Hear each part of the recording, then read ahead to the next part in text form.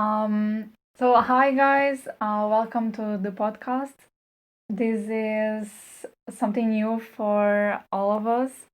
So, we expect this to be a bit of a relaxed environment, no pressures. Thank you for joining, and we should start by explaining the podcast. It's called BOBBACAST because we want this to be something without filters, just discuss topics as they are. We're going to invite guests that contribute to the community, that make the difference in the community, and then you'll be able to engage, make questions, and you'll know them. And we will expect that this could help community engage more and create more debate about topics that aren't being given the attention to. So my name is Ines. I've been playing Habbo for a long time. I currently stopped playing. I'm more involved in the research, so I'm really passionate about the communities and all the talents that emerge from there. And I might pass now to Niklas, our second host. Thank you, Ines. So I'm Niklas, and I'm the head of content for the Finnish fan site Fuusio. And with the launch of our new version, I think it's great to have this podcast also be part of it. So this podcast is all about current matters that usually don't get discussed. So that's why we have here today in the studio, or in the virtual studio, we have Josh as Vado and Elise from Australia. Hi, how are you? Thank you so much for having us. I'm so excited to be a part of the Fuusio BOBBACAST, the first one ever.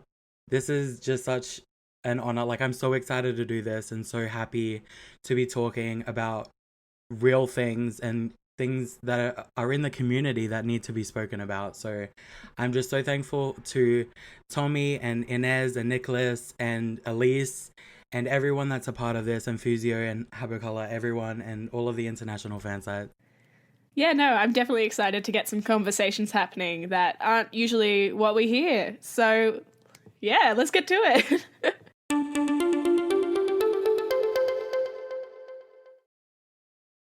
I'm Vado. So I'm Josh. Sorry, by the way, I'm Josh. So I'm Vado. So you know me as Vado from .com. I've been playing Habbo for about 15 years now, again, with Ines, a very long time. That's more than half my life. I've been pretty influential in a lot of things on Habbo. I mean, in some ways, in the game's history, like helping shape and build and create and empower the community with everything that, we've created over the years, from, fan sites to game ideas to change within the community. Like, you name it, on the game's history, I've most likely been a part of it in some way or another. Up until 2018, I stopped playing. Same with Inez. But I'm back now. And I've got lovely Elise here with me. Hi. So my username on Habbo.com is LC22. It is the worst username I've ever made, and I'm stuck with it because it's where I've made all my friends, and at this stage, I've decided the amount of effort it would take to create a new account, get everyone to add me, move all of my stuff over. It's just more effort than it's worth. So I've got this trashy username for Habbo.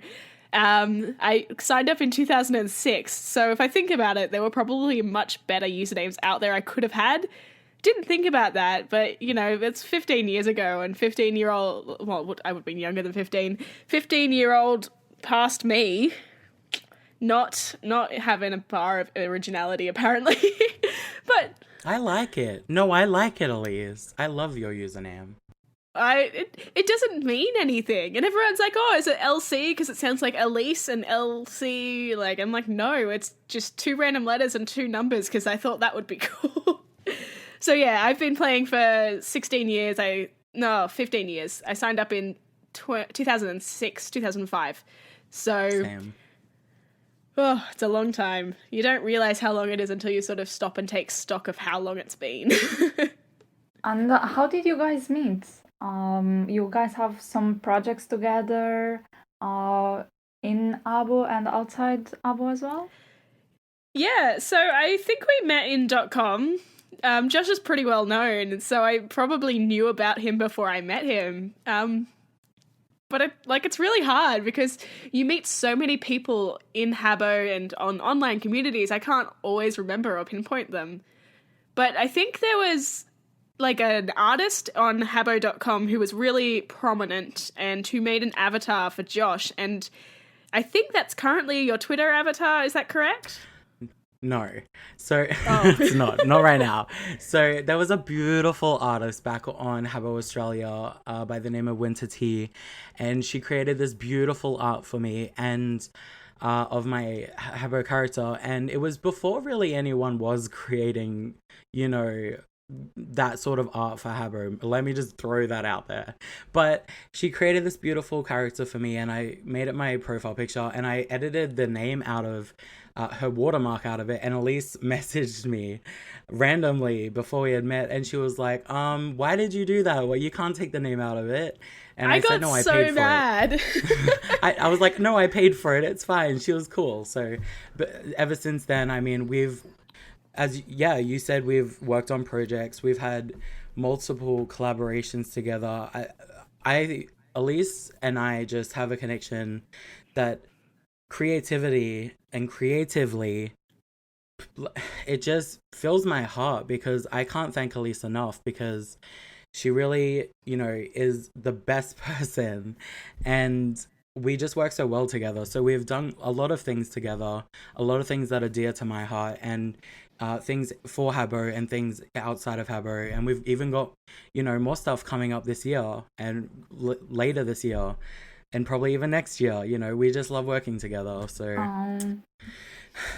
yeah, that's so cool how the game can bring people together, and be motivated absolutely to create. So we have many things to discuss, we're not even sure how to start. So maybe you will start with you, Vado? Yep. Yeah? No problem. What would you like to know? I'm open. Oh yeah, Niklas, please feel free to compliment as well, because we have so many things here, like Habbo secrets, and you've done that interview before. Oh my, there's too many things to count. I'm really, really sorry. I know it's hard to start where to start, but So I think we could start with you, Josh. You are, some might say you are a bit controversial as a person or as a character. Well, you are right. I would say that the character of Vado is a bit controversial. Most people see Vado as a troll, or like an alien-like human that has no heart and, is severely messed up.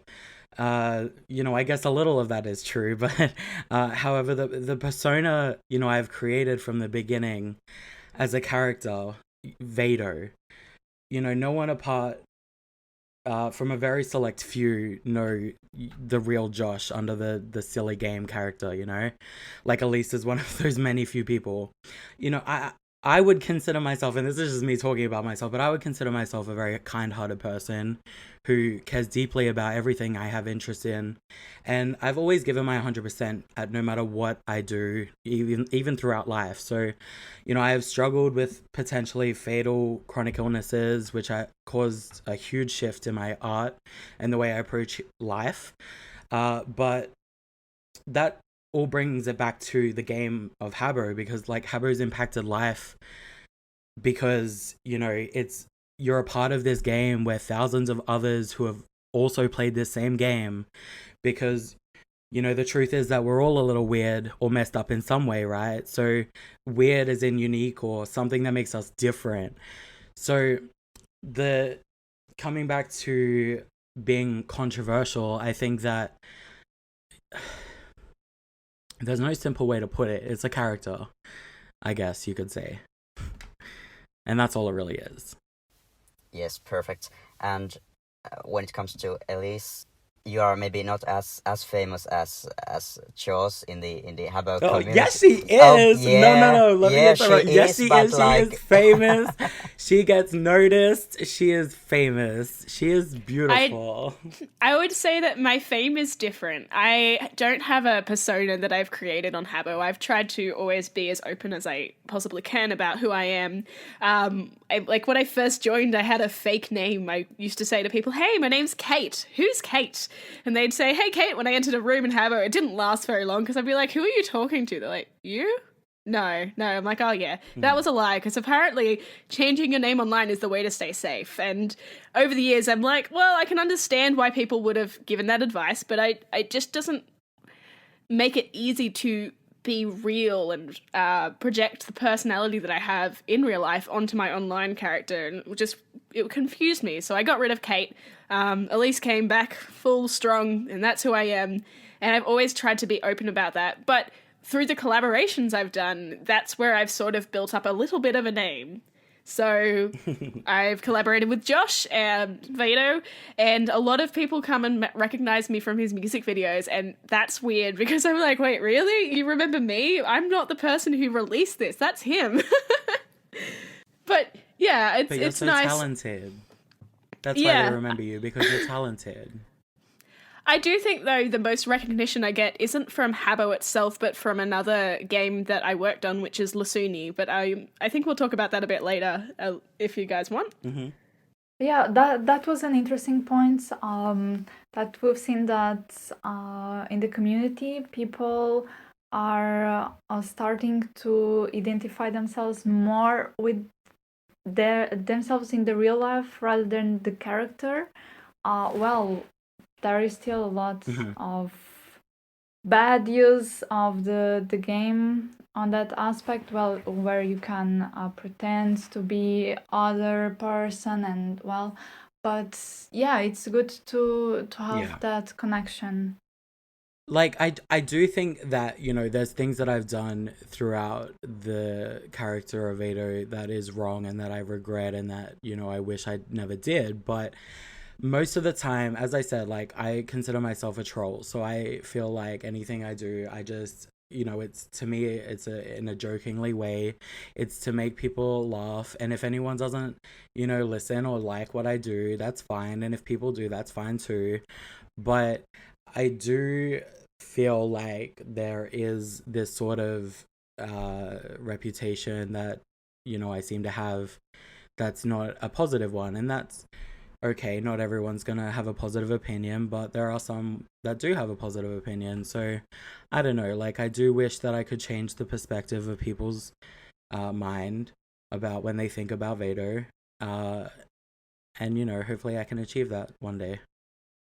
Yeah, I think that's a By good just being Josh. starting point to dive into Abo secrets. And yeah, we cannot please everyone, so Yeah. Well, talking about Habbo secrets, I mean, that was sort of the height of the persona of the character of Vado, right? That was when I reinvented fan sites. Me and my buddy Vengus, who I've known equally as long as Elise, he came to me and was like, I have this idea. And, fan sites back then, they were just the regular radio events and forum. Occasionally you'd have a forum, yeah. Yeah, forum. But no one was really, at the time, in 2012 leading into 2013, Habbo, that was when I think that they got rid of a lot of their staff, and they made a lot of things automated, or a lot of things came out of fan sites. So me and Vengus noticed that. So we wanted to create something that allowed people, everybody, to get an award without having to do the work. We wanted everyone to be able to get it, because a lot of people struggled to get it, or they didn't know how to play the game, or they just wanted an easy way to do it. So we made it. And at the time, it was so controversial because no one did it. No one had done it. No, everyone, the first sort of comments that were ever on the site was like, take this down right now. How dare you post something that, this is reported, all these kind of things. And now every single fan site. just to clarify, we're talking about guides for the events, right? Yeah. So we had the idea to post the guides to allow people to earn badges. And we were one of the first to do it. That's so cool. Yeah, I think that's really exciting because as a community grows, you have to grow with the community and scale with the community. And one of the things that Habbo did to try and do that was automate their events, but they left behind the explanations, the interface they had with players had with staff. So having a guide on a fan site, which would have been a free sort of bonus for Habbo, was great for them, but it's a shame that it was something that had to be really pushed for by, a non-official member and an outsider, I guess, to the Habbo official team. Sort of. At the time, I was a part of Pehekupla as well. So leading into... So we gained... When we first opened in 2013, around... I think it was Valentine's Day, we just started growing as a community. I noticed that the community was growing and growing and growing, and that people really relied on this website and this complete reinvention of fan sites and what it meant to be a fan site. And because I was at Pehekupla, we got a list of... I pushed for us to get a short list of the new official fan sites. Because I was at Pehekupla, an official fan site at the time, and Habbo Secrets wasn't on it. And I was surprised. I thought to myself, we are one of the most used sites in the whole community. Why would we not be eligible? And it went on for months. So because we didn't get that, it led to the HS blackout. I wanted to show the community, I wanted to show the staff, I wanted to show everybody that we were purposeful and we were relied on, and I did that. There were so many messages to so many staff. Power 2 at the time, she was the hotel manager. She was bombarded with messages because people wanted Habbo Secrets to reopen. And we were closed. We blacked everything out for a whole week. And looking back now, a lot of people said, oh, it was just to seek attention, or it was just to get more popular or famous or whatever, whatever that means. But I wanted to show the community that we had a community. We were a family. And because we weren't respected enough to get an official status when we were the most relied on fan site at the time, I wanted to show everybody, and I did that. Everyone knew. So tell us more about the blackout. Did you accomplish something with that, or was it just forgotten afterwards? Well, unfortunately, it was the beginning of the end. Shortly after the blackout, a lot of things happened, but the guy that was developing the site, he sort of, in my opinion, he noticed how popular the site was getting and that people relied on it. So he wanted sort of more of a say or more of power within the site. And even though he was a developer, he wanted to sort of take it in a direction that wasn't my view, that wasn't my goal or vision. So I said no. And he didn't like that. So unfortunately, the site got taken down and I wasn't allowed to use his coding. And unfortunately, that was the end of Habbo Secrets. Shortly after the blackout. We lasted a fair few good months. But you asked about what sort of impact it had. I think that was the first wake-up call for other fan sites to go, well, actually, this is something that we do need. Because you mentioned that other fan sites were really aggravated by the fact that you were giving out guides to their events, and they really hated it. They were full anti-Habbo Secrets, just like the staff were. But yeah. I think that was the wake-up call that actually players did like having the answers for some things and making it easier for them to participate and join in the events that the community had access to. I know you said to me another time that like a couple of fan sites joined in with the blackout with you guys. Is that like, who was that? So this Habbo also blacked their fan site out, which at the time they were official. So I mean, it was a wake up call to a lot of people, because a lot of people I have folders and folders of messages from people that were pleading with me to reopen the site, because events didn't stop, events kept going, but there were no answers. No other fan sites were posting answers. Everyone was scrambling because we shut our doors, and I wanted people to know that we were a community that should have been recognized. I wanted the people that worked for that site to be recognized for their hard work. We invented something. The people, and that's what I was always about, was family and community within the website. And for them to not get recognition, it was not about me. It was nothing about me at all.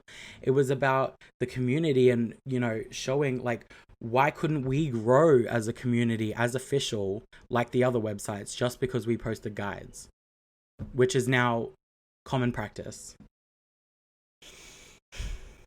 That makes sense to me.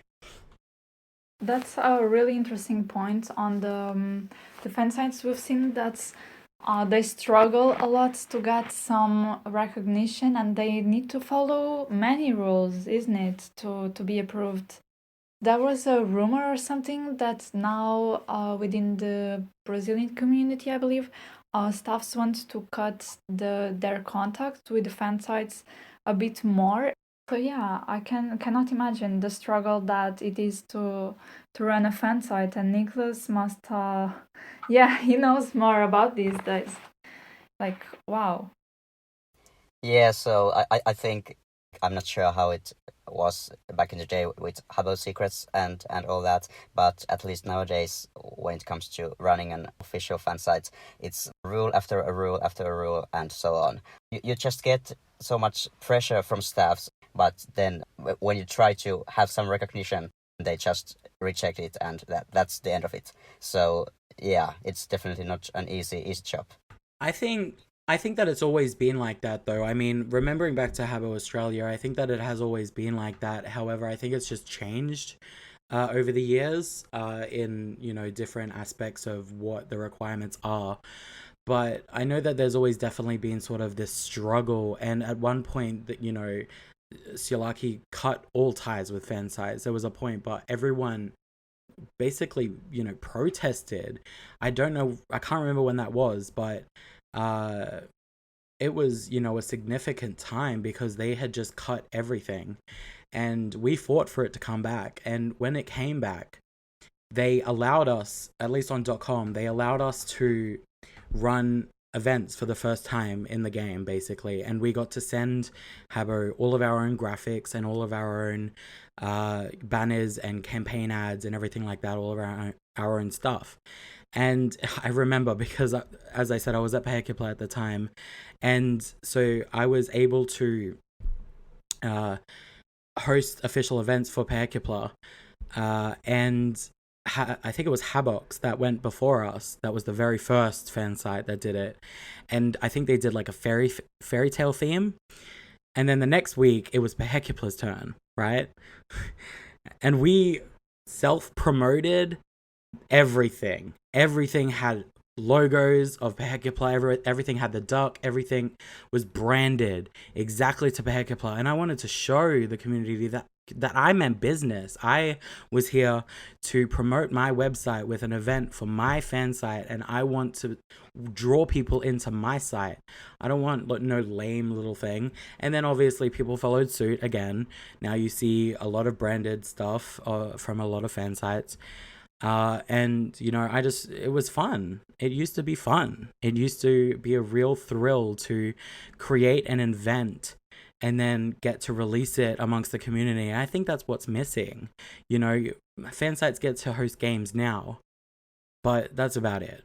They're used for building rooms now, I think. I mean, coming from the perspective of someone who currently works with brands for my job, I can understand why sometimes Siolaki might think it might be a good idea to cut ties with fan sites, because essentially each fan site is an ambassador for the website, for the brand, and you can't control people.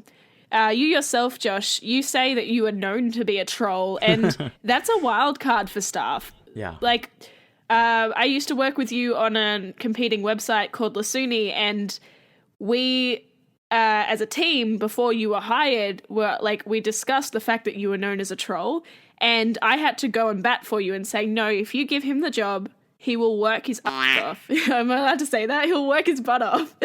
And he will get the job done, because if he's passionate about it, he will do it right. Yes, he may be known to be a troll, but he is actually able to have that work ethic that you need.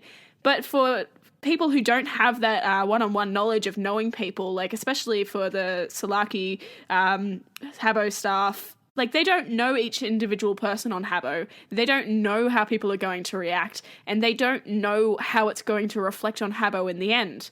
We've got a lot of backlash on .com in relation to the Black Lives Matters and how the Habbo ambassadors, official ambassadors, handled the moderation for that event. And that's unfortunate, but that's what happens. You rely on people and teenagers or young adults to do the job of someone who should be paid to do it, essentially. And you kind of have that wild card factor. So I can understand why they want to cut ties with fan sites at times, but I think it's a real waste of passion, of resources, and of love for the game, who, like, each fan site is filled with people who love Habbo and want to do the best for Habbo and want to absolutely make the best thing they can possibly do, which at times can actually be better than a paid staff member on the team. Yeah. Wow, I think that's summarizes perfectly what the community feels, isn't it? Yeah, because we cannot control what is going to happen, and they can also suffer some lawsuits. We know that sometimes people sue them. Like, should the company be independent from the community, or should it? Actually, it's a hard question. I think the main thing that Habbo needs in general is just innovation.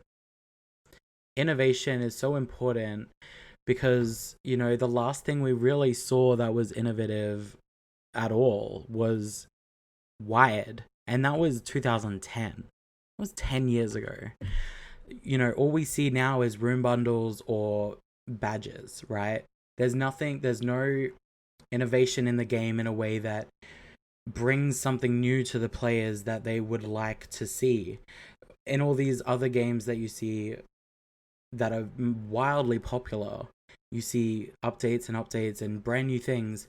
And although we have seen some new things over the year, I'm not saying Wired was exactly the last thing, but it was the last game changer, as Elise said the other day to me. And I just think that is what is missing, because there's nothing new, there's nothing exciting, there's nothing drawing people into the game.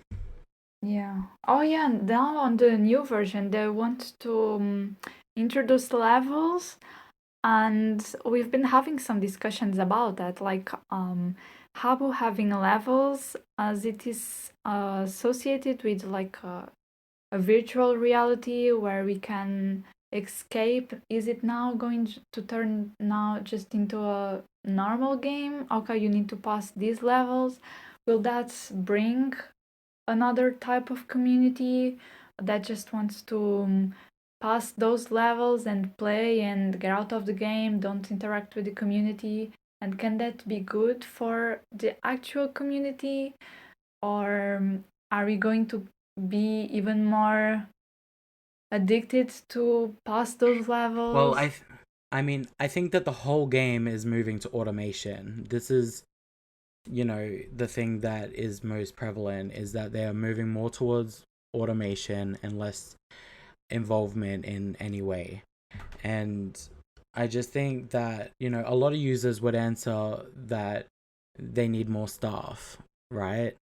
I don't think that this is it. I think that it's definitely innovation. They need to completely ditch the Hangout for Teens tag, shift the game to target young adults, and remarket the game so that casinos can be reintroduced, because that was really, you know, a hit to the community when that got taken away, I think in 2012. And, you know, I don't think that the game needs like 10 staff to be within the community. You know, Slovakia has shown this as an ineffective and a waste of resources, really. I mean, a solid development team should be implemented to focus on the revitalization of the game, to introduce new and exciting tasks for the gameplay, you know, just like Wired did in 2010. I mean, that's an interesting thought, though, because if you think about it, young adults have the money, which is what they want to make the game profitable, but they don't necessarily have the time.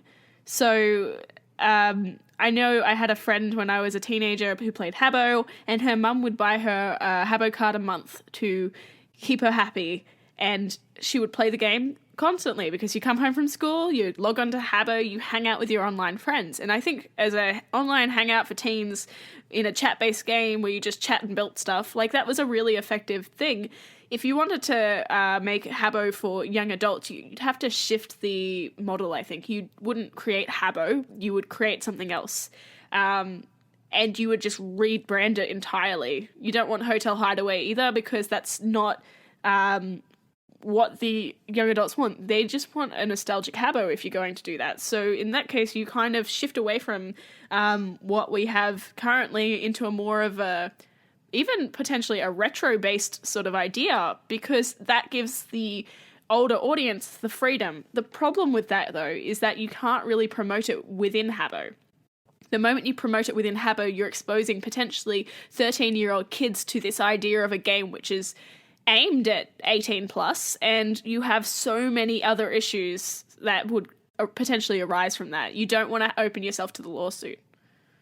Well, I just want to add to that, though. I mean, with Mackleby rejoining the team, the kind of outlook that, you know, it's looking more plausible for innovation because he was really one of the lead developers and he really did change a lot of things in the game. I do think that it is more likely that, you know, there will be a lot of change or a lot of... I do believe, though, that he was brought back on board to help them meet a deadline for Habbo 2020. I don't think that they were meeting a deadline. I think that they needed him. And, you know, with his involvement, personally, I do think that it is sort of a negative thing, because I do think that a lot of things that we may take for granted on the game might become void or completely replaced, which for a lot of users is basic stuff like the follow tool or room boosting. I think that they're really trying to, you know, reinvent Habbo in a way that is going to change a lot of things. But yeah, Mackleby and I don't really... We have issues too. Oh, wow. Wait, he was Yeah, a previous I mean- player, wasn't he? Before he joined Sulaki, he was a player? He came back. So he used to be a staff. So he used to be a lead developer, and he left, I believe in 2017, maybe 2016. I think And 2016. Yeah, and he was responsible for things like the tax on Habbo credits. When you go into the catalog and you buy coins, it's, you know, if you buy a gold bar, it's 51 credits and you only get the 50. He was responsible for those kinds of things. So I think that although his return is going to be a good thing, I do think that, you know, he will make changes that won't necessarily be in favor of the community. But they'll be in favor of the company to make a profit, which is his job, is it not? Yes, but I do think that, like, things like that just... For a community... No, for a community, I think that it's not fair to, you know, put taxes on things like that. I think that they do make enough profit as it is, and I don't think that, you know, things like that, when you're paying for it, shouldn't have a tax. That's just silly. I guess it's a fine line because they're trying to make a profit and maximize their profits and also figure out how far they can push it before the community quits. And if the community quits, if they can get new people in to replace that income. With the tax, I think that was actually more directed at people who interact with the black market to try and discourage them from doing that, or at least so that they could get something out of the fact that people are illegally passing coins across different accounts without the right the right to, Yeah. essentially, because I mean, I understand. reselling of Habbo Yeah. credits is illegal. According Yeah. to the terms of service, we cannot do that. And I completely get that. But I think that there could be other ways to deal with and, you know, combat that kind of thing. Not adding one credit tax on the credits. That's just silly to me. We're already paying for the credit. That's just credits. Shouldn't have to charge it all. One credit. Yeah, where does I that guess credit goes? It goes into the ether. But the idea of that, though, is to encourage you to buy straight from the furniture shop. What's it called? Is it called furniture shop? Catalog. The shop. Oh, there you go. Well, because if you're buying straight from the shop, you're not taking the credits out and buying things which have already been purchased in the furniture shop in, you know, the personal Habbo shops, I guess. So that in turn becomes more profit for them, because once you buy that piece of furniture, sure, you might get some coins for it later, but it's more credits in out of the ecosystem and into actual furniture, which is going to just be there. I guess I see it in the point of view as I do a lot of retweet competitions. Again, to toot my own horn, I was one of the ones who made it mainstream. No one was doing it before I started doing it, not to the extent that I was doing it. And I started doing it and really, you know, wanting to give away credits back to the community, because I have accumulated all this stuff over the years and I just have it sitting there. And it's frustrating to have to buy credits and have a $1 tax when I'm trying to do a positive thing and give it away. But I do understand what you're saying, but I just see it from my point of view, and it's frustrating to have to pay more to give out, you know, decent prizes to people. It's frustrating. Yeah, it essentially becomes a punishment for the people who are doing things in the right way, in a honest and true way, which doesn't break their terms of service. Yeah. Oh yeah, apart from the business inside the game, what do you feel to be like the more engaging activities? Because it seems everyone goes there now either to do business or to build. Oh yeah, building has been a really interesting topic, and we've seen a lot of great buildings around Twitter. Mm-hmm. I mean, I'll let you go first, ahead. Josh. No, go ahead, Elise. Go ahead, Elise.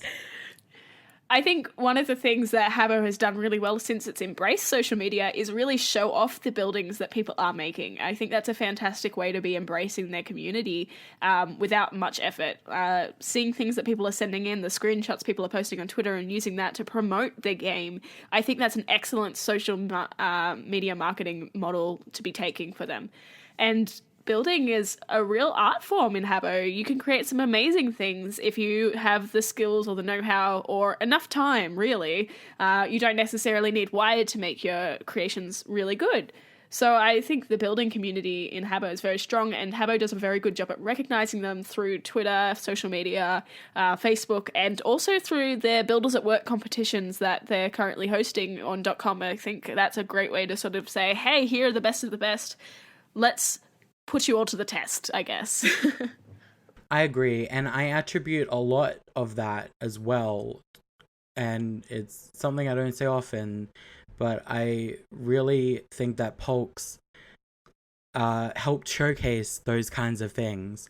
He created his fan site, and it did help to acknowledge and recognize those creative builders, those ones that can spend time and have that vision to make beautiful, stunning rooms. And that's essentially the foundation of Habbo, is rooms.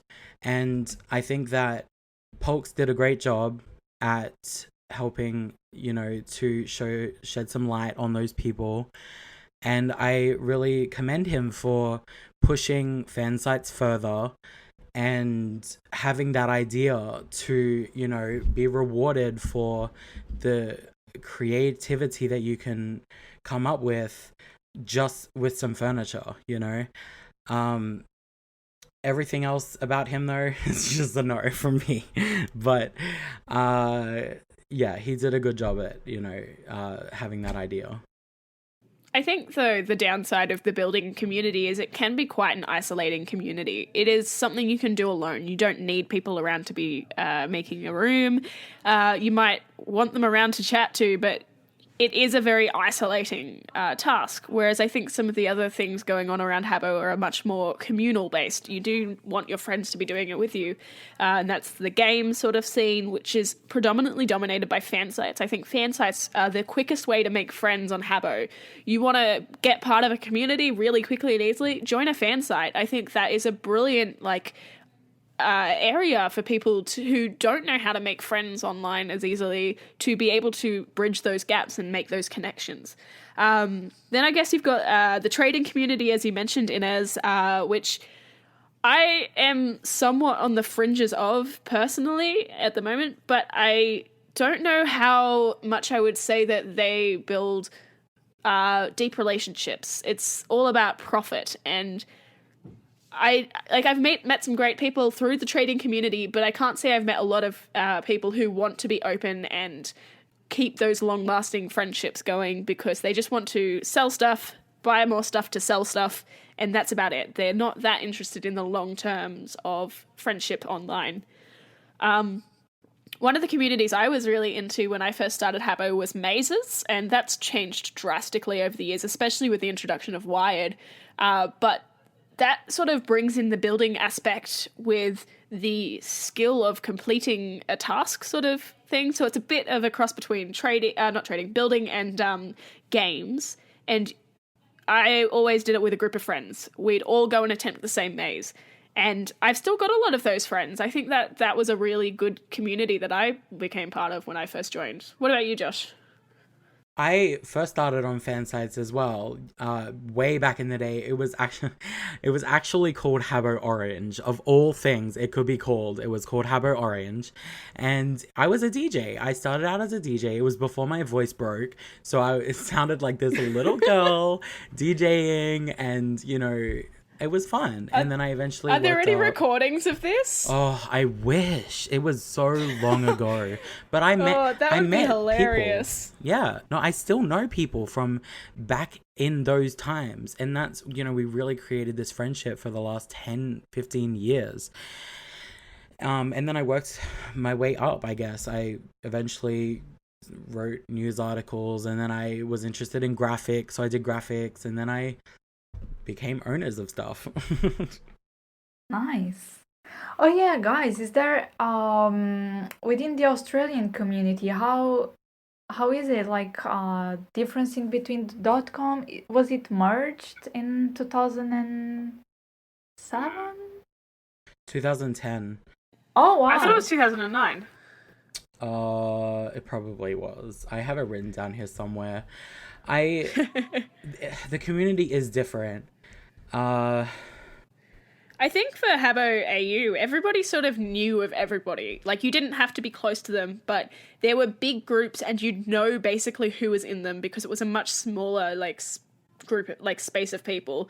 And so it was very tight knit in a way. I've got a lot of friends that I made through Habbo AU who I knew about them a lot before I actually became friends with them. And sometimes, if they were sort of seen as the coolest of the coolest, they would actually be quite standoffish, and you couldn't get near them to become friends with them. And other people were like, nah, everyone can be my friend. It's it was one or the other. Yeah, but I do think the community in Australia was definitely absolutely different. I mean, it used to be. Unfortunately, Australia's community was almost completely diminished due to the merge. It was in 2010, I'm pretty certain. And, we saw the introduction of less staff influencing the game around that time, and it was made more about the community. And I do think that the other huge blow to the Australian community, at least, was the gambling ban, and it was 2014. I got it wrong, and it did see a lot of the members from Australia check out of Habbo for good. There is still somewhat of a community today, but it's definitely not as strong as the UK has a massive user base. .com still had USA still has somewhat of a user base. Singapore as well, for example, and same with international sites because they didn't merge. But unfortunately for Australia and New Zealand, our community diminished. That you don't see many Australian players from back in the day on. Well, at least I don't anyways. Everyone sort of moved on, I guess. I feel like a lot of the Australian players I still know, they're all gay. I don't know if it's just the people I hang out with, but like, yep, everyone's gay. They don't have a life. No, I'm kidding. I know there's some Australian members that still play, but I guess now that I think of it, at least, oh my goodness, you might be onto something. Quite interesting.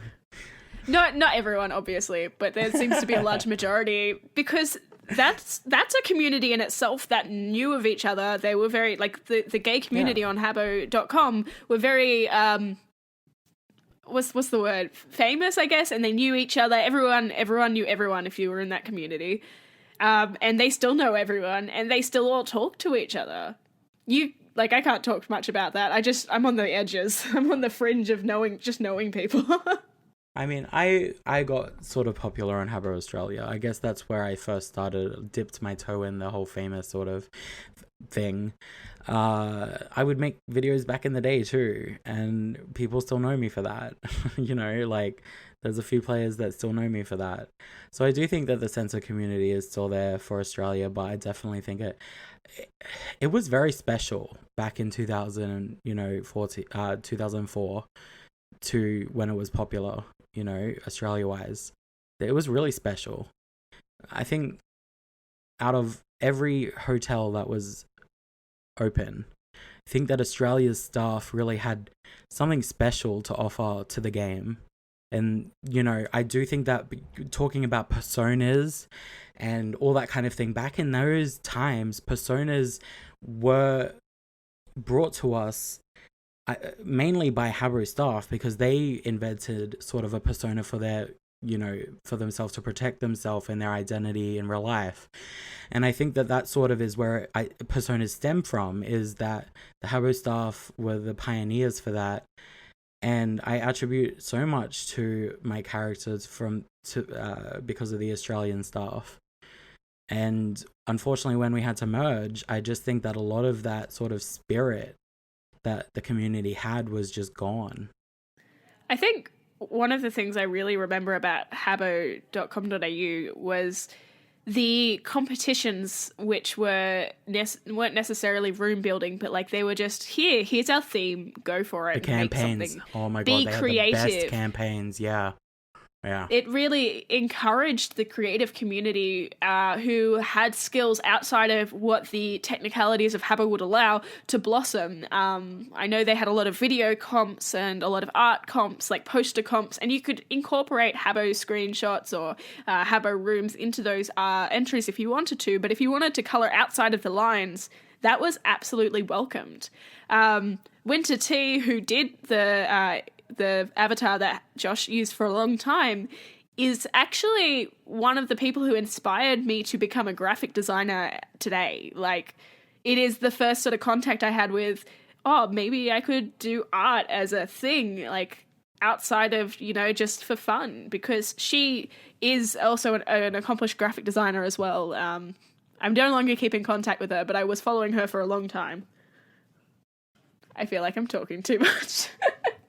No, it's like really interesting to listen all those perspectives, and yeah, and honestly, I wish I spoke a different language. I wish I could be a part of the international fansite community. I just think that they're one of the most passionate, creative, loyal, beautiful communities any other fansite community bar.com. I just think that they have always pushed limits and always are doing new themes or just beautiful things, and I just wish I could speak a different language so I could be a part of those communities instead. I mean, take Fusio for example. Beautiful. There's so many sites that I could mention that I've loved over the years and I've really looked at, and because I looked at communities all around the world when I was creating for Habbo Secrets, and I loved it. I loved the different passions that the communities had internationally. I think my favorite international fan base for Habbo is the Brazilian community. Am I allowed to say that? Am I going to cause uproar? No filters here. I just find that a lot of the Brazilian players that I meet are always so excited about the new things that are happening, and they're always willing to get on board with any changes that are made. Like, they might get a bit upset for a little bit and they'll be like, well, you know what? We're still here. We're still strong, and we're going to like represent. We will come out in full. And I'm very lucky that I used to work for Lusuni, because the Brazilian players were such a strong force there that I've been able to pick up little bits and pieces of Brazilian, Portuguese Brazilian anyway. Not enough to speak it, but enough to recognize it in chat and pick up basicness of what they're trying to say, and then go to Google Translate if I need to like fill in the gaps. But it's allowed me to create new friendships which aren't necessarily just from English speaking backgrounds through Habbo as well, because I can pick up who is speaking Portuguese and I can be like, hey, you look like you need some help. You don't have any friends you can speak to in this room, and I'm going to help you out. And I think that's a really sweet thing to be able to do as well. Yeah, I agree with that as well, because now that Fusio is cooperating with Habbo Color and other Brazilian fan sites, it's awesome to see how the users for example, in the comment section of some articles, they are always so supportive, and they are telling the journalists that the piece was awesome, and that just makes the community so much better, and that's lovely. I must say, it does break my heart when you go into a room of English speakers predominantly and someone else is speaking a different language and they're like, no, not in my room. This is not a space for your language. And that just makes me so sad that people aren't willing to welcome people from different backgrounds into their world. There was an issue with that on that famous retro classic Habbo, and the majority was English speaking, and the staffs were German in the beginning, and they couldn't communicate with the other players in majority Portuguese or Spanish, and the solution was to get representatives from each small community, each language, to communicate with new players. And on hotels, I don't know, the ambassadors role, are they more just like a thing to get famous, or are they really useful? No. Ambassadors are free. Ambassadors will do work for free. And that's what Sulaki has found, in my opinion, that they know that they can, in order to make the game what it is, or to create content for the game, they need these people, right, that will do work for free. So Sulaki doesn't have to pay them. There's ambassadors that, moderate per se, which I don't think is right. I don't think users and any type of user should have any sort of power over any other user. And then there's people like Polks, again, who creates rooms for hours on end for free.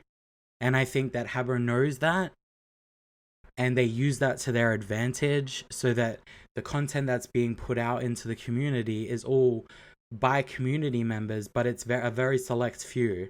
And I think that they try to incorporate as many people as they can, but as I said, users shouldn't have power over other users. It just shouldn't be happening unless they're fully trained and contracts have been signed. Users should not have any power. Yeah, I agree with that too. Although I think, it should be some kind of guides. There was that program with the guides in the beginning that you would win those animal badges. Yes, the Habbo helpers and Habbo guides. Yeah, exactly. Like, I think programs like that is useful, and I do think that when ambassadors first came out, I do think that the initiative, the intention of the program was for good, but I just think that the selection process. I mean, what is the selection process? Why should one person get it over another person? Why, do we need these people in our community? Why can't it just be everyone? Why can't everyone join in, basically? I think the benefit of Habbo guides and Habbo helpers compared to ambassadors was that it wasn't a one person as the be-all and end-all of that decision. It was a series of people that got asked, is this appropriate, is this inappropriate? And then it would take the answers of everyone and combine that to make the ruling.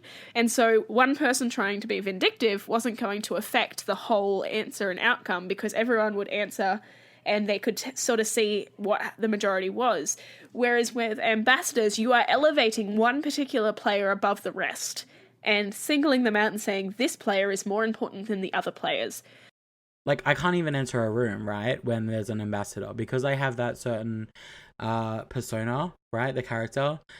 I get muted, I get kicked from the room, I get banned straight away, no questions asked, all because of that persona, and they don't know what my intentions are or whatever. I can't be a part of those sort of community things.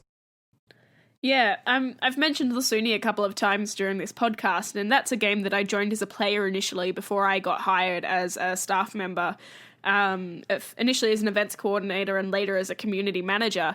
And one of the things that they got me to do was create a new account, and I really struggled with the idea of, do I reveal who I am from the start, or do I keep that as a separate entity so that I can moderate without people knowing it's me? In the end, I revealed that it was myself and what sort of made that link between my player and my staff account. But I had separate accounts, one for playing and one for moderating, so that if people came into the room and it was my user account and there was another staff member in the room, they knew I was off duty and someone else was working at the time, to keep that distinction and that separation between that personal feelings, those personality and preferences, separate from the job that I had been hired to do, essentially. Yeah, I did that too. I knew going into it, because everybody knew the persona of Vado, because I joined Lasuni with the name Vado as well. And when I was playing, I got backlash and things like that because of people knowing who I was. So when I wanted to work for Lasuni, I knew going into it that I had to create a new persona, a new person that, as Elise said, that was the job, that was the work account, that was, that would be completely separate to who Vado was. And I accomplished it for a little bit, and I think the cat got out of the bag. I don't even know how, but people ended up finding out it was me. I can't keep a secret, I think. I think the biggest downside to having those separate accounts, though, is that people wanted to know the faces behind the usernames. They wanted to have that understanding, because the process was clear that it was community members being recruited. And so by not revealing who you were, you kind of lost the trust of the community a little bit by having that secrecy. And it's interesting because it's a model being followed, which is similar to the model that Habbo used, except Habbo didn't recruit from the community, so they never had that issue of trying to keep that distinction between player versus staff member. Whereas because the Lasuni game was recruiting from the community, everybody knew everybody. It was a very small, tight-knit game, and you knew everyone in the community, and then, suddenly there's a new staff member who's come out of the community. Who could it be? And people would make a game out of it. They'd take the initiative to try and figure out who it was. I know within a week of becoming an events coordinator on the game, I had people messaging my personal player account saying, spreading rumors about the staff member, waiting to see if I'd bite. I had friends being like, "Oh, what a tool this new staff member is, can't even share their identity," and stuff like that, because they had suspicions it was me, but didn't want to say it straight out. But they wanted to sort of get me to say, defend the new staff member, or sort of say it was me. And so that was a really hard thing to struggle with, that disconnect between who I was as a person versus who I was as a staff member, I guess. Yeah. And do you know, fun fact, that Lasuni, the game we're actually talking about, Polks actually worked there too. Did he have a a different name, Elise? I can't even remember now. Yeah, I think he was film because joined towards the end. He was the richest player in the game. He spent quite a lot in the game, and towards the end, he was hired. I'm not actually sure what he was hired for. Do you remember? I think it was like a business analyst where he sort of advised the owners and management on sort of money wise of things. At one point, I don't know, in all honesty, he was never part of the staff team, in my opinion. Like, he sort of had his opinions to certain people, and he wasn't a part of any sort of staff team. And that was my first, introduction to Joe, as in Polks, of being this very standoffish guy and that didn't want to get to know anyone that was also in the staff team. I mean, I can only imagine that he knew who I was, and there were a lot of personal things in the way, but my experiences with him on that game wasn't good. And that's where songs like we wrote Orange Juice about Polks, and that's I don't want to claim credit for those lyrics. We wrote them together, some of them. No, I had the idea initially. I was like, Polks, pulp, orange juice. I don't really like pulp in my orange juice. So I had a really, idea of what I wanted to create, and I just couldn't record it, or I couldn't put it down. It was very pop to begin with, I think. And then Elise came on, and we, she really helped me and embraced what I was trying to say. And the song came to fruition.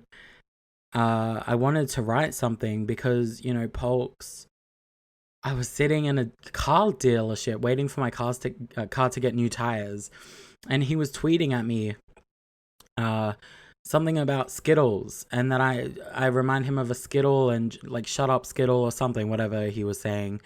And I was like, I'm going to write a song.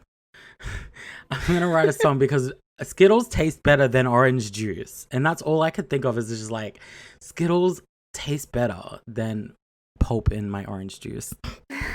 So we wrote it. We wrote it and released it. Yeah. That's a fun story. He was an interesting character within the community itself. Before he was staff, he was always had a bit of a standoffish thing. He had his group of friends that he would stick to, and like, that was just who he was. And he strived to have that richest player achievement the whole time, and he kept that achievement. And if that's how he like what he was aiming for out of the game, then good for him. That's his right to do. He can play the game how he likes. Sure. And when he did join as staff, you are right, it was more of a business sort of thing. I guess he did that. I didn't have much interaction with him. My role was primarily to look after the community, be a voice for the community, a place where people could ideally come to talk to a staff member and feel heard. And I was there to help that and entertain them by looking after the events coordinators who created these events and these initiatives to keep people engaged with the game, of which Josh was one of them. Yeah. Oh yeah, guys, on that line, that will be exploring more in the next episode with Pox himself. But he was elected president, right, with for the .com community. Was there any impact? Did you feel any difference? Well, there was some controversy with his election, wasn't there? Oh. Because wasn't there a rumor going around that he was buying votes? He was buying votes, yeah. I don't know if that's verified or whatever, but and it comes back to what I was saying before. He got the job, so. Yeah, it comes back though because Habbo knew that he spent hours and hours and hours on end creating for them and building free content, and they needed him. They needed him to have that role so that he could create content for them. And yeah, he was trying to buy votes, and even now, you said he wanted to be the richest player on the game. Now, again, today came out that he wants to charge people for guides. If we talk about Habbo Secrets earlier, where I wanted to create and reinvent fan sites for everybody, for the whole community, to get a guide, to be a part of the game, to be a part of that event. It was free. The whole intention of it was free. Free content, free for everyone to use. Why would he now... He wants to be the richest person. He wants to be the richest player again. He now wants to charge people for guides when every single fan site releases free guides. Why would he try to change that now? That's just an idiotic and honestly somewhat offensive to the user base for charging them for a guide. What in the world? I can't even comprehend it. Wow, I guess we'll have to wait. Yeah, feel free to ask him about it. I will say, one of the things... I'm curious. One of the things I think he did do really well as President of Fun, that was the title, wasn't it, on .com, is he really did try and live up to his campaign promise of showcasing different elements of the Habbo community. He brought forward traders, he brought forward agencies, he brought forward... did you do fan sites, Josh? I don't remember. I honestly wouldn't have a clue. I can't remember about fan sites. He did bring forward builders, though, and mazes as well got featured. But the downside is I think that a lot of emphasis was on, here is your little community, now let's make a maze for it so that people know that you exist, but we're going to make it a maze so that we can give a way to quantifiably achieve a badge. So I think he did really well at trying to bring out voices from the community to be heard. I just don't know if the execution was the best it could have been, but he did really shine the spotlight away from himself, and I think that was a really good move for him. I disagree. I think that it was all about him, and at the end of the day, he tried to make it about him. I agree with you in him trying to include a lot of different parts of the user base, but I do think at the end of the day, he was the face of it all, not the players, not the games. And again, like, I do think that I was a pioneer for that sort of thing, that branding, and I think that he's somewhat taken the foundations of what I had built and just amplified it. He's done it in such a way because he spent hundreds of dollars to develop websites or, whatever. He's elevated everything that I was trying to accomplish. Sure, great for him. But I do think that he didn't shine very much of a spotlight on any sort of community at all.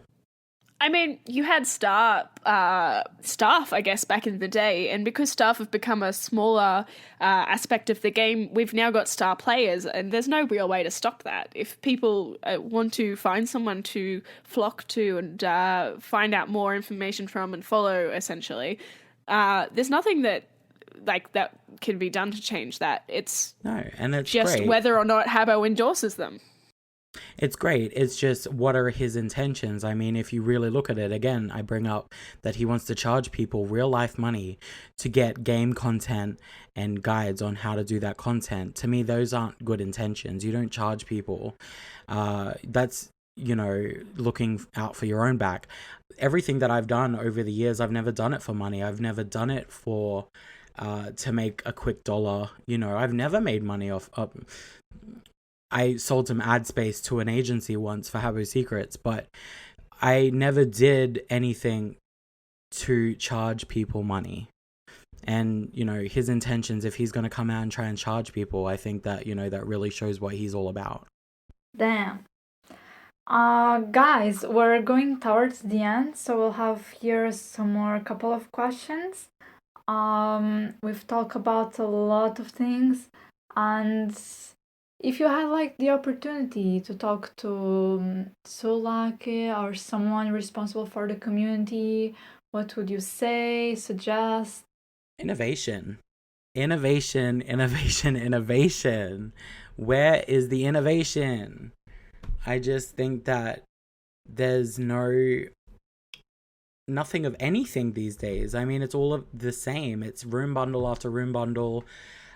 They rely too much on fan sites to create the content for them, which I think is great. but it's not nearly. I mean, they had millions of users at one point. What happened?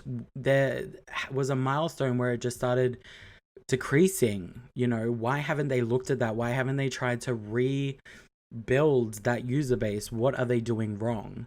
And if anything, community. It's all about community. Community breaks or makes a game. I think I said that the wrong way. Makes or breaks a game. I don't even know. I just wish that they would innovate again, because they used to innovate every week. I guess for me, I look at some of the other games that are quite popular that people use for socializing as well as playing games like Fortnite, for example. That's a really popular game in the space. I'd be looking at what we are lacking on Habbo compared to games like Fortnite. Why does Fortnite have the popularity which is exceedingly exploding and Habbo is not? And then I'd try and bridge that gap, because you've got the community down pat. I think in terms of there are people who want to come together and want to play the game. So how can you make it something which they will enjoy more and bring their friends into? I think a better comparison, Elise, would be Habbo versus Peak. When Peak RP opened, and I hate to sort of talk about retros and whatever, but they're a thing, so we might as well talk about it. I think that Peak really changed the fundamental base of Habbo and what it means to play that game. They completely flipped it, and they changed it into an RP that was innovative and interactive and was something new and different, and it had levels or whatever 2020 is doing. They do development on it every other week. They bring something new to the table, whereas Habbo just relies on the same old basis of fan site content, events. Done. I totally forgot about the roleplay community on Habbo, but for those who don't know, Peak brings in a completely different role-playing model compared to what you can do on Habbo, because on Habbo it's all about typing to, picks up a cat and throws the cat at someone. Like, obviously that's not happening, whereas Peak combines that role-playing element and actually does that in actions and stuff. So I think that's a really innovative thing that they've done. And if Habbo brought that in Habbo 2020, I think that'd be brilliant for that game. And I think there is so much more so much more potential there. If you got in Wired, which could allow for role playing, and you could incorporate that with room building, that would create a completely different experience for players. I think that role-playing community, which we forgot to talk about earlier, would have a new platform to join. And I think you'd actually bring different people into that space as well. And I just think that would be really interesting. What are your expectations for Habbo 2020 and the new Unity clients? Well, I'm actually trying not to have any expectations, because from what I've mostly seen, the game is fundamentally staying the same. I mean, the screenshots that we've seen, it just goes completely against my thoughts on innovation, in my opinion. I'm interested in seeing what they have to offer and what exactly will be changed. But for the most part, I do think that will be exactly the same, just different in design.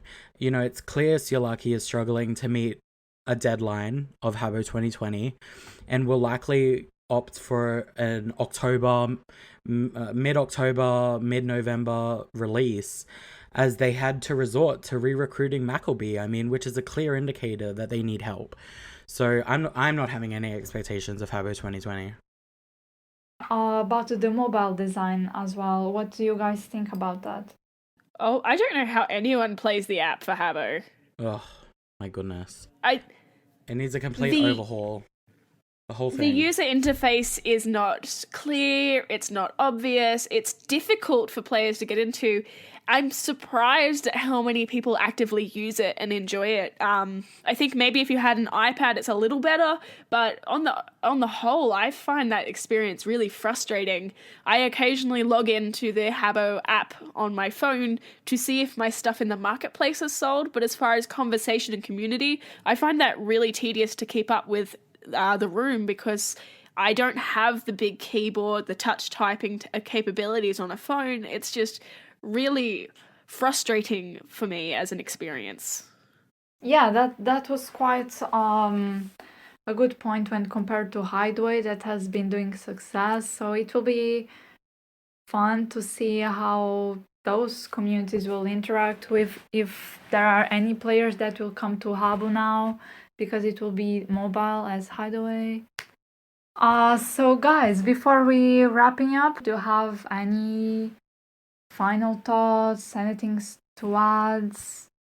I think games can be a gateway for real life skills. I think that games are underestimated for the amount of things that you can get out of them, which can be used later in life. I think Habbo in particular, especially through fan sites, really breeds creativity, and that shouldn't be undervalued. A lot of people assume that games are just a waste of time and what are you doing games for? But I think it's got social value because you make friends and you have that community. And I think it's got practical value through hobby. Like, it breeds hobbies. So you join a fan site, you could learn how to write articles, you could do pixel art, you could do fan art, you could do DJing, which gives you recording skills, potentially even music skills, gives you project management if you get high up enough. I think that games in themselves are really valuable for learning new things, and the community in Habbo brings out creativity, which can be translated into real world currency, I guess.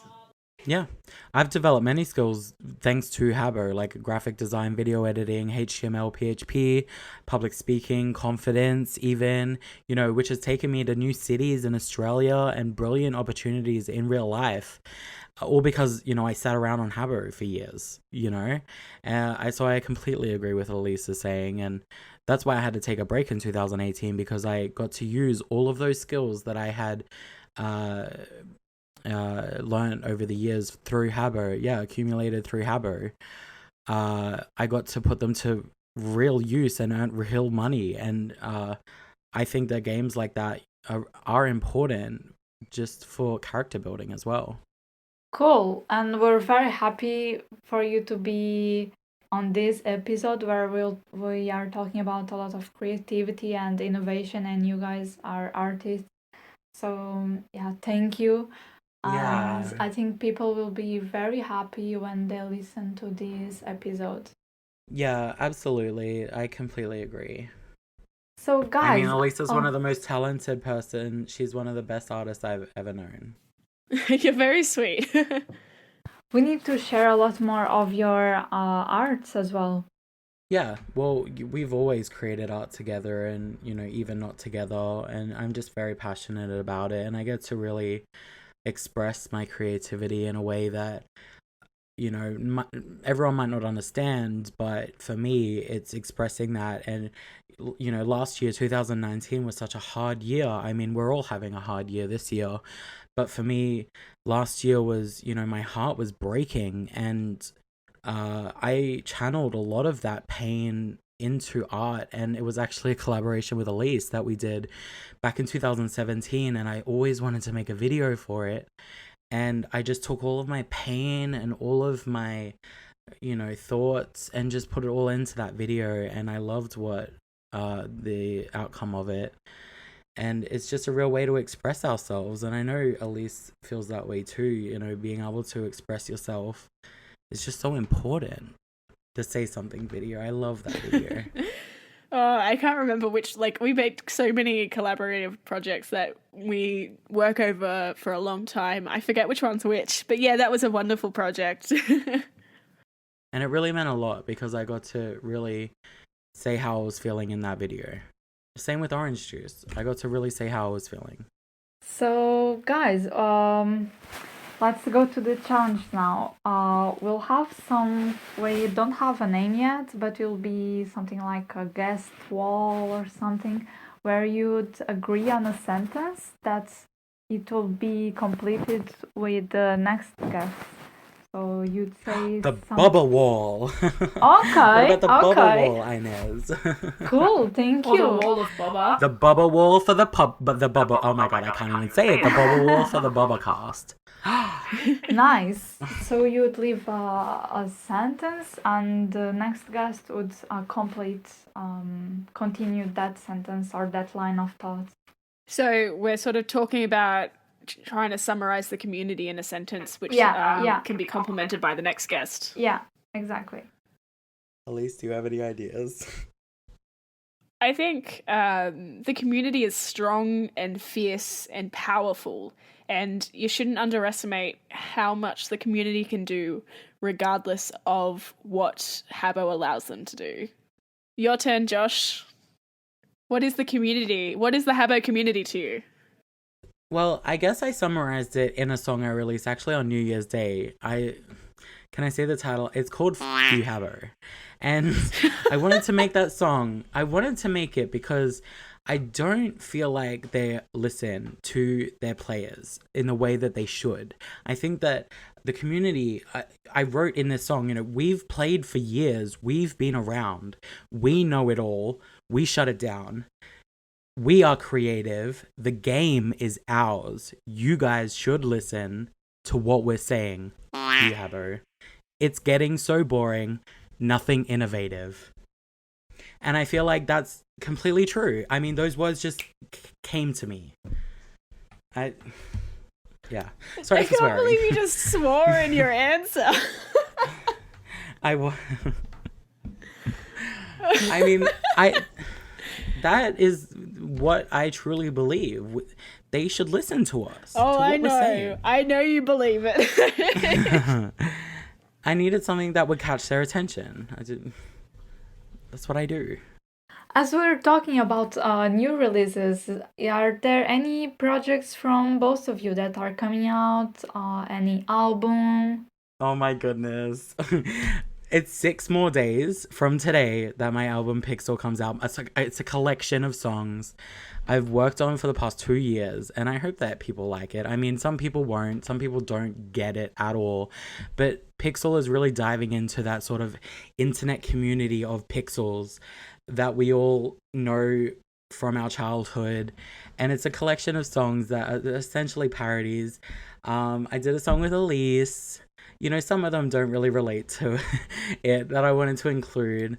It's called Anxiety with Elise, and it's one of my favorite songs. I wrote Elise an original song. I wrote an original song called She's So Pretty for Elise, and just some really powerful people in my life, some powerful women. And I really hope people like it. I want to create things that people will enjoy, and if people don't enjoy it, I don't mind. But I'm really excited to have another song with Elise. Honestly, it's just an honor, in my opinion, to have Elise on any of my songs.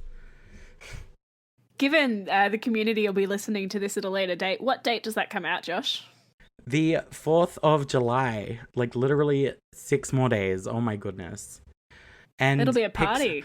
Pixel is the title, but it's Pixel because the game is made out of pixels. It's not to be confused with any ex-staff members of any games or anything. It's Pixel because it's because we are made out of pixels, and I wanted to fundamentally show what the game is known for, and that's pixels. I want to show every side of Habbo, and I hope to create that with these songs because I've worked pretty hard on them. So I'm just excited. It's a party.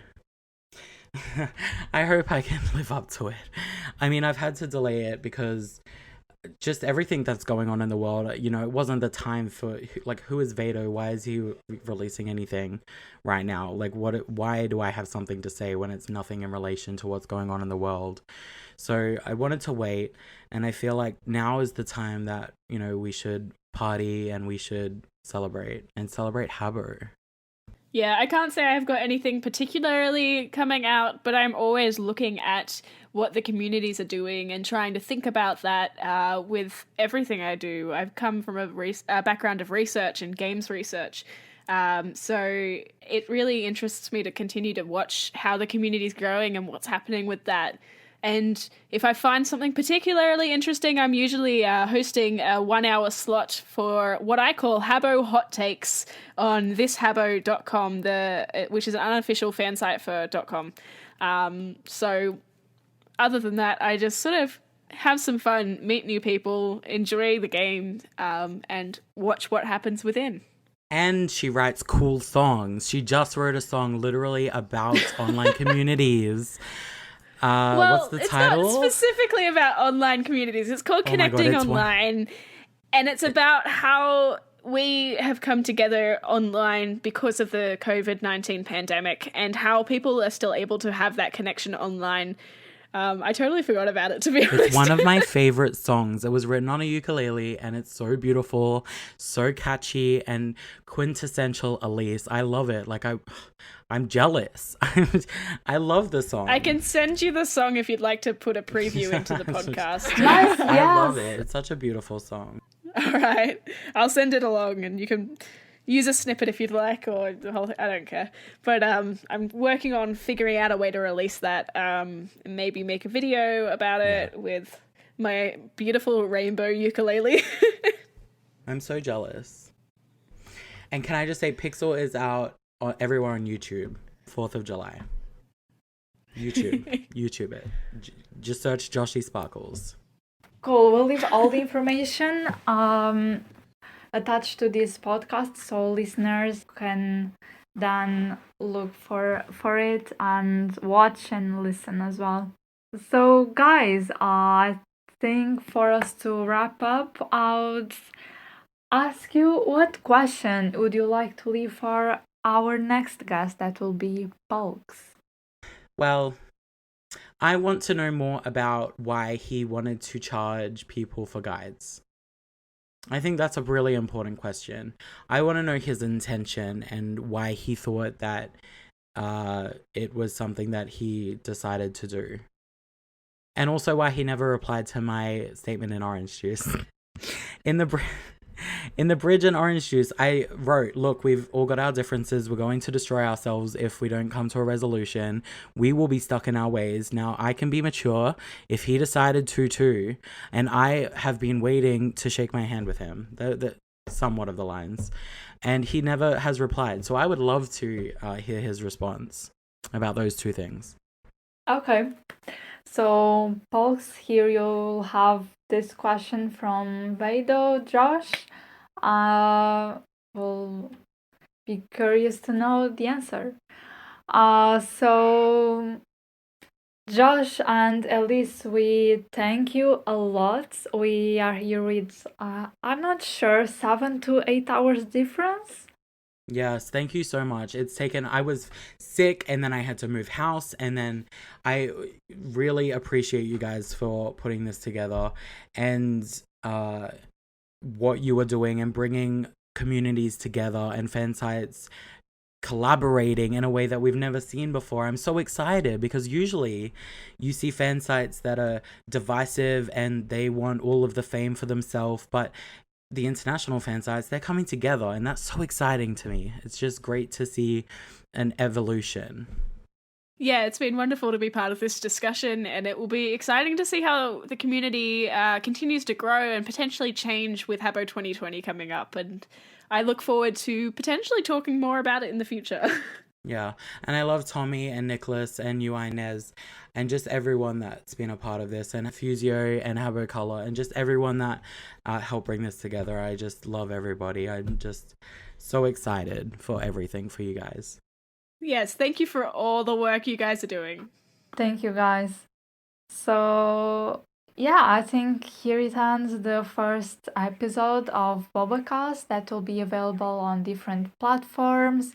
It will be released with Fusio in the beginning of July, and you'll be able to listen or read and then interact with the community, guests, or make any suggestions. So thank you for listening, thank you for your time, and thank you, Josh and Elise, and see us on the next episode. Thanks, Ines. Thanks, Nicholas.